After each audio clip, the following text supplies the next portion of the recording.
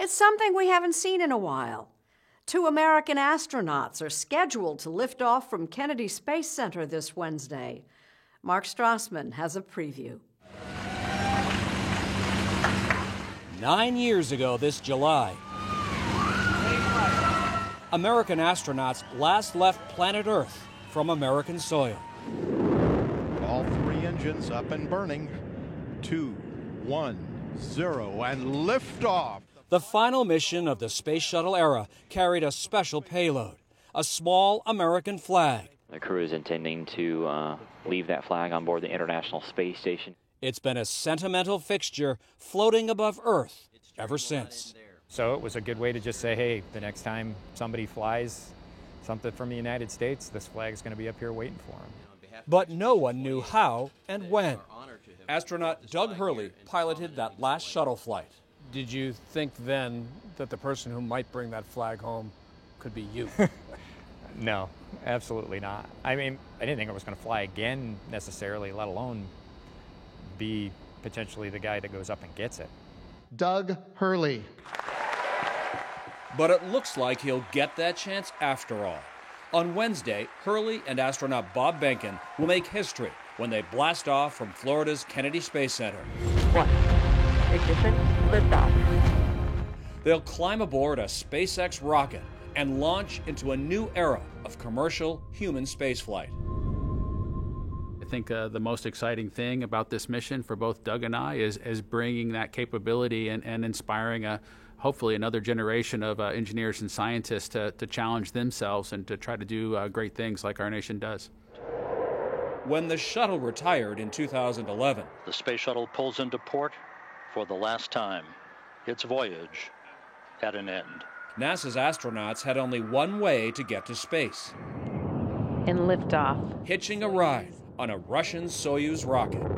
The partnership is strong, but we don't want dependency. NASA Administrator Jim Bridenstine.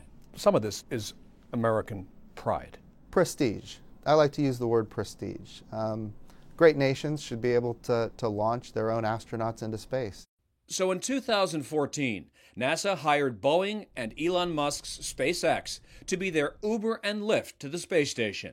For NASA, it's more cost-effective and allows the agency to focus on the science of exploring deep space.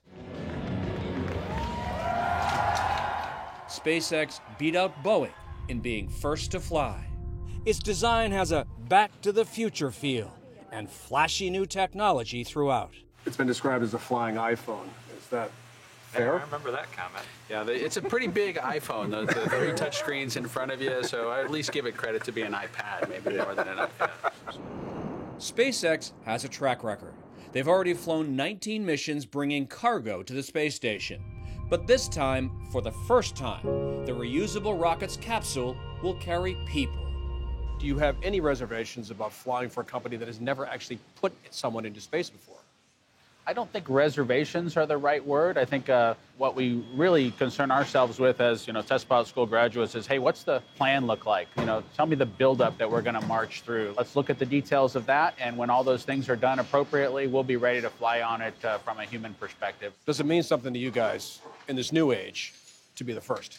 After you come back and it's successful, Bob and I can go hang out someplace and have a beer and maybe then we can reflect on, all those things. But it's you're just so hyper-focused on getting to that point and making it a success.